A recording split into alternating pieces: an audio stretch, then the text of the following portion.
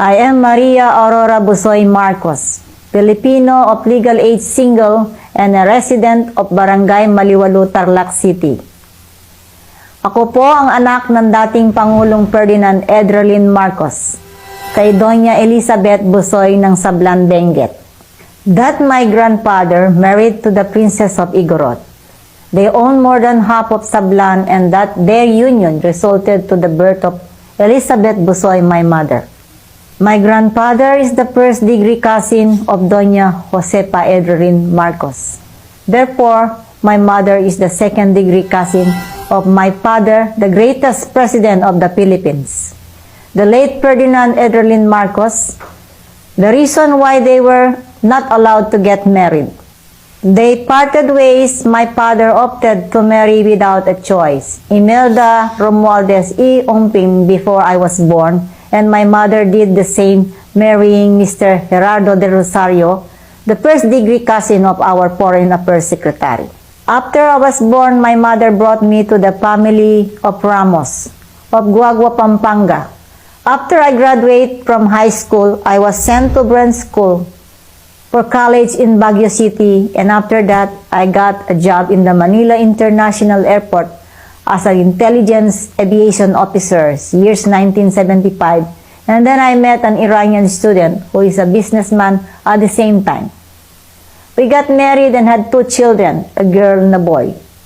But the tragic things happened. My dear husband was ambushed and died in Quezon City in 1984. I decided to send my children to Iran for safekeeping with my in-law. I went back to the Philippines to continue my business to support the need of my children.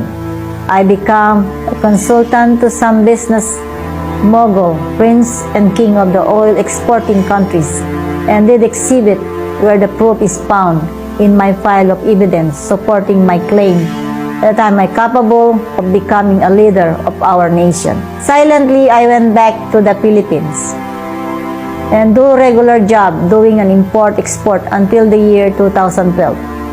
That I decide to stay in the country with my uncle in Tarlac when I feel safe to stay. During my busy days, working most of my time outside the country, I never denounced my citizenship and continued to use my Filipino passport. I observed what is happening to our country, the movement and development, and honestly concluded that nothing good happened. I visited our hinterland to see the situation of our indigenous people, just to discover the worst situation. Admittedly, I'm a person with a strong personality and having brave heart, but seeing their situation, I cannot control the tears that flooded my eyes. For this reason, I decided to find a way in solving the starvation of our Filipino brothers by immediately calling the attention of my relatives and my blood brothers and sisters. We decided to bring in as much as possible any available funding to help our countrymen.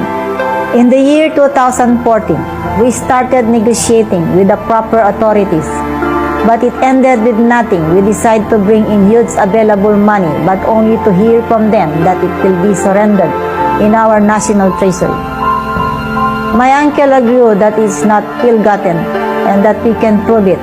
For the 20 years rules of President Ferdinand E. Marcos, the total budget is only 480 billion pesos. Granting without admitting that he pocketed all is very impossible. How can our country move and operate without money? We were able to observe during his presidency that he had more projects done, the total projects done by 5 presidents after him.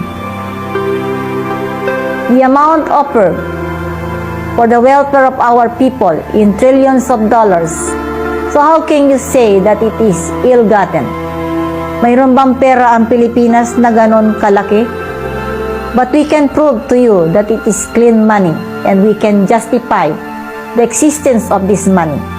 The money was the fruit of President Ferdinand E. Marcos. At face value, my story might sound bizarre and crazy to some closed ears, and blinded people in a system of ignorance done by traditional politics. This is the reality that the Filipino must need to know. I was adamant to accept the challenge, knowing that I don't have the 30 traditional political experience.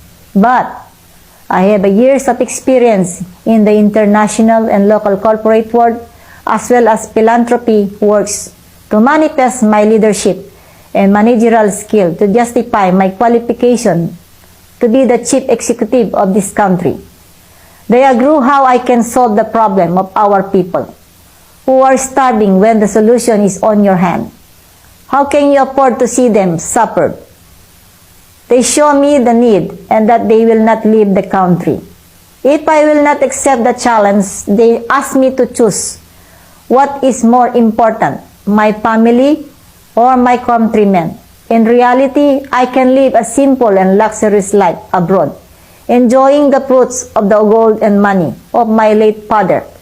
But I'm moved by the people's persuasion and seeing the need of my countrymen. I accept the challenge. My mission is to uplift the living condition and raise the standard of patriotism of my dear Filipino people. This is not only for the present generation, but the generation of our children and to their children and the generations to come. I now appeal for your kind consideration on having the chance to be at service to our nation. I assure you that I am physically and mentally fit with enough support by millions of silent supporters nationwide. Again, I'm Maria Aurora Busoy Marcos. This nation can be great again.